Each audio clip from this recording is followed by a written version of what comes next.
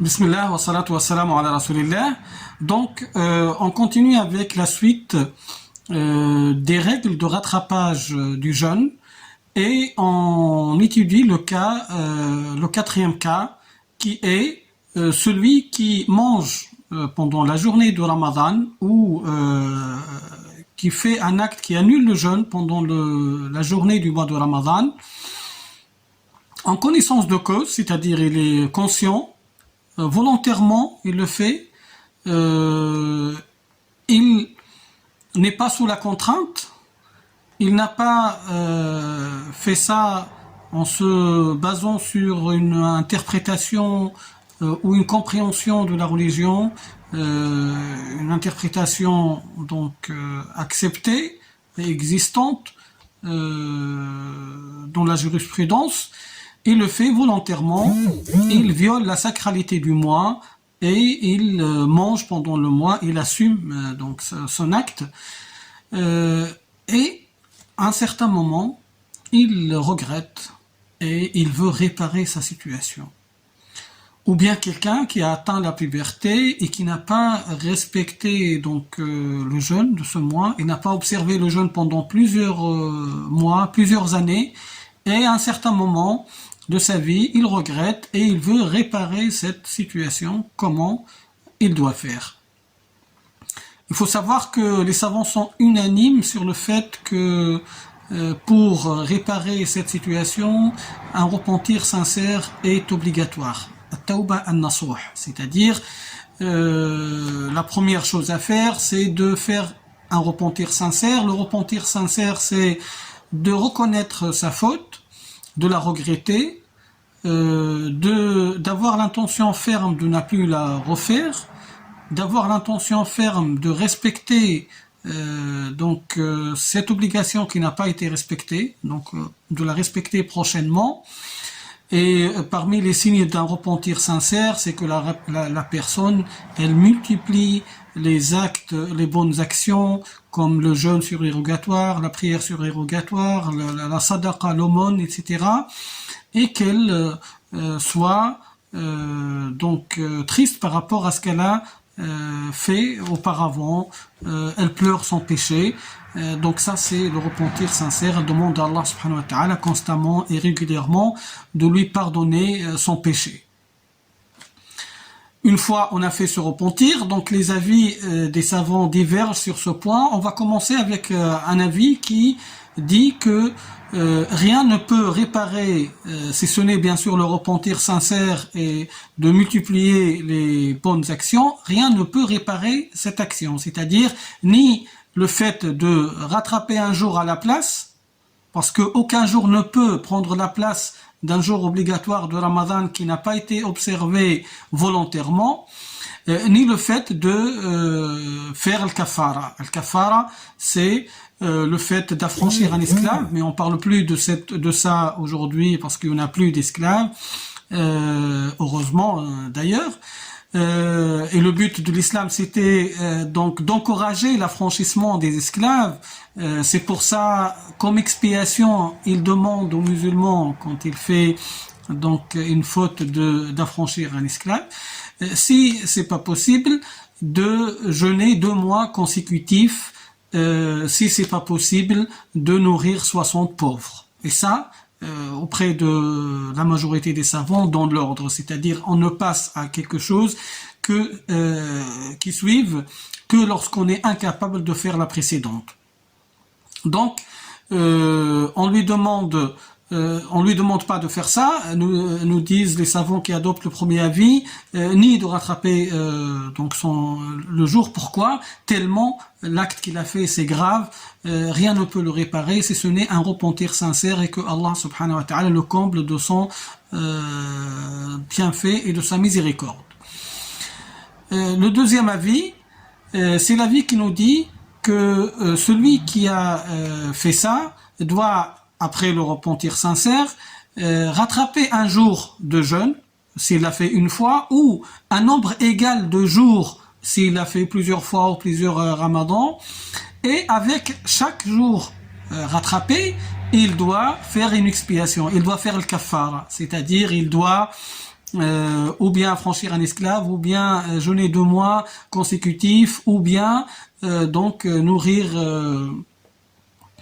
60 pauvres, dans l'ordre chez la majorité des savants, et au choix chez les malikites, et qui préconisent d'ailleurs de nourrir. Donc ça pour chaque jour, bien sûr c'est très dur, c'est clair. Donc ça c'est le deuxième avis. Celui qui a plusieurs mois de Ramadan à jeûner, c'est sûr qu'il lui faut beaucoup d'efforts pour réparer tout ça selon cet avis.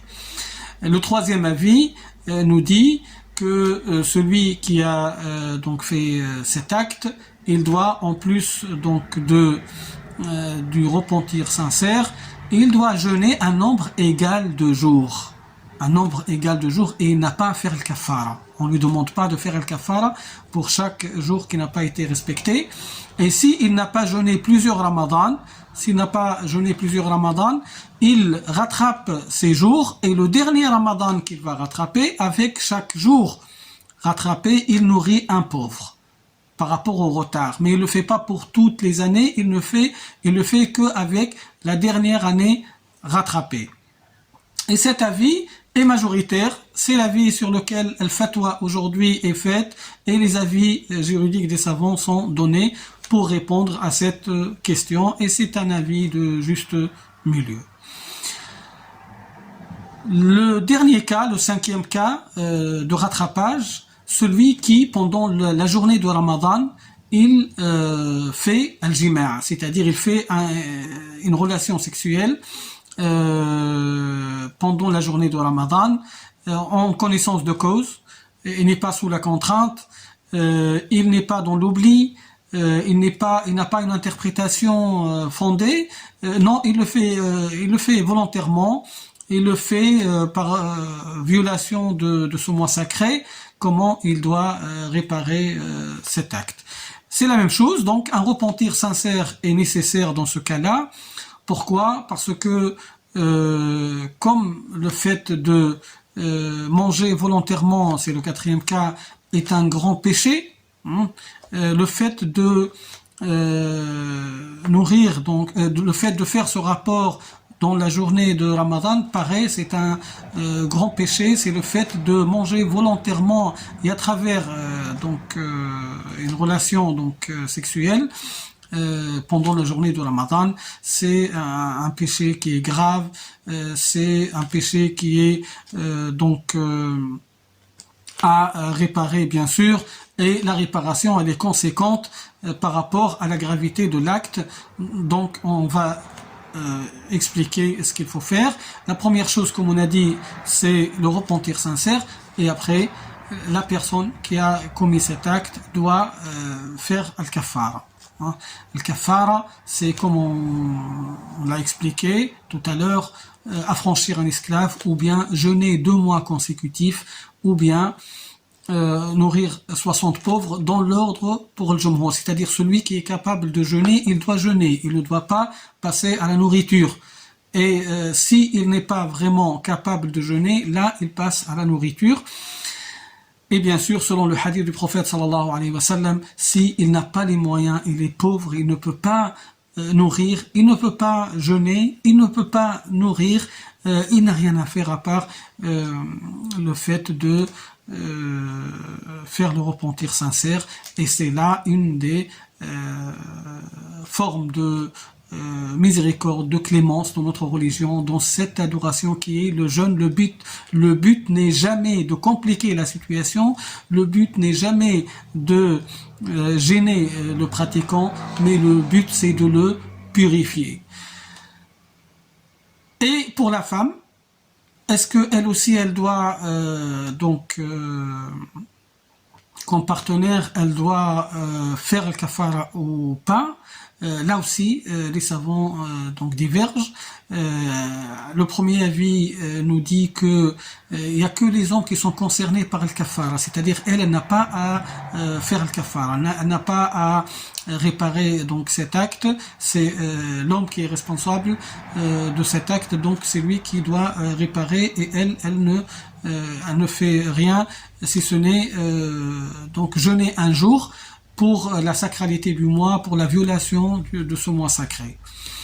Le deuxième avis est l'avis qui nous dit que l'homme comme la femme comme l'homme, s'il y a un rapport sexuel, ils doivent tous les deux donc rattraper un jour et faire al-kaffara, donc qu'on a expliqué.